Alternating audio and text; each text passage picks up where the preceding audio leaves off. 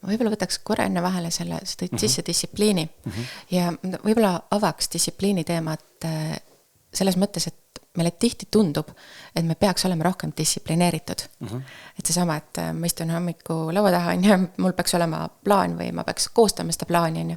Et mul on rohkem distsipliini vaja, et ma saaks oma asjad tehtud küll, aga ma ei ole distsiplineeritud.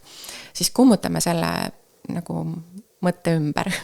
Et tegelikult, kui me vaatame distsiplineeritud inimesi, siis nad ei ole rohkem distsiplineeritumad kui ülejäänud teised. Nad on lihtsalt kujundanud või hoidnud piisavalt distsipliini, et kujundada endal mingid harjumused. Et tal ühel hetkel ei ole vaja enam ei distsipliini, ei tahtejõudu, selleks, et mingit asja teha. Vaid ta lihtsalt teab, et hommikul ta ärkab üles, et esimese asjana läheb oma laua taha, ta paneb paika oma päevaplaani. Ta ei pea mõtlema selle peale. Et ma nüüd motiveerin ennast, et nüüd on vaja nagu see plaan paika panna, et ei ole.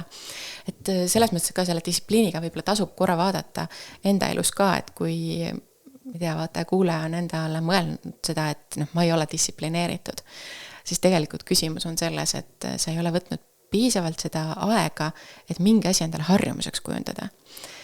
Sest jah, need, kes tegutsevad, nad tegutsevad tegelikult harjumusest. Ja siis ei ole nii-öelda neid tulesid ja vilesid ja muud kütust sinna väga palju juurde vaja.